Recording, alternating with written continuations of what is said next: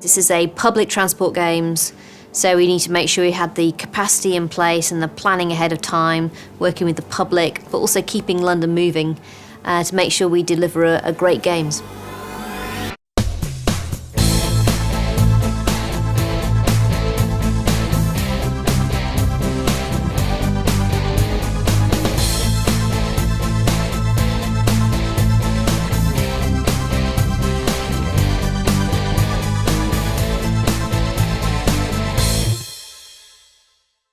"12 million public transport journeys are made every day in London. The transport infrastructure of this historic city has undergone a major overhaul to make those journeys as quick and easy as possible for Londoners and their visitors. And with the logistical challenge of hosting the 2012 Olympics on the horizon, £6.5 billion has been invested in improving services and increasing capacity, with those updates now complete and fully operational. The London Underground is the oldest metro in the world, transporting passengers around the city since 1863. On peak days, 4 million journeys are made per day on the tube, and that will increase during the Games. With all upgrades complete, Underground users are already benefiting. Stratford, East London, the principal hub of the Games, is now one of the best connected stations in the United Kingdom. The staff in the control room here will operate the nerve centre of the station, and like the Olympic athletes, they've been trained and prepared. This is Peter Masterman, Stratford Duty Station Manager. Everybody works together, and we work with the buses, we work with the roads, we work with the councils. So there is, I think it's an element of everybody gets to shine for the Olympics. The Jubilee line has increased capacity and will provide a service delivering spectators from central London to the Olympic Park. The tube services will run later and more frequently across the network. All spectators attending the Games will receive a free All Zones travel card for the day of the event. Leon Daniels, Managing Director of TfL Surface Transport, explains. During the Olympic Games, when the Games are on, we're expecting another 3 million journeys. People will be able to use their Oyster card, and they'll be able to travel on the buses, on the Underground. They'll be able to use the network seamlessly.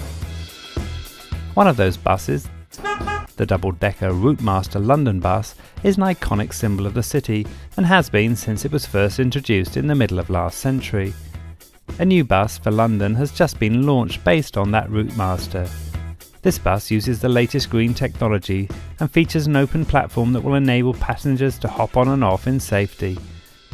Fantastic! The crew of the 38 bus take great pride in the fact that they have been selected to operate this new icon for London, as conductor Umit Komar explains.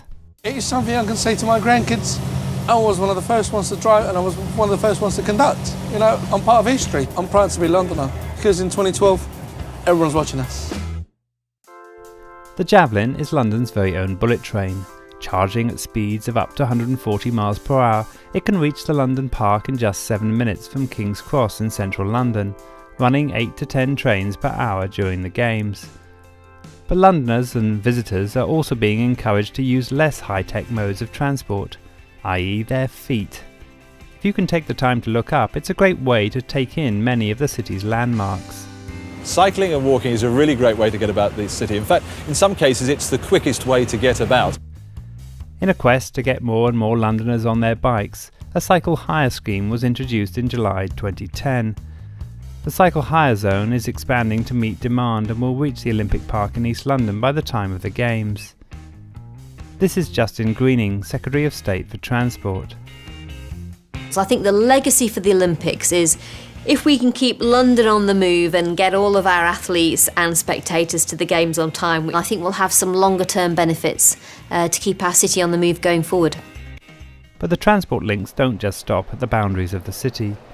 A connected network now links London with towns and cities across the United Kingdom and mainland Europe. With international airports serving overseas customers throughout the United Kingdom, visitors can easily reach Olympic events and tourism attractions across the country this summer. This is DJ Clark in London for China Daily.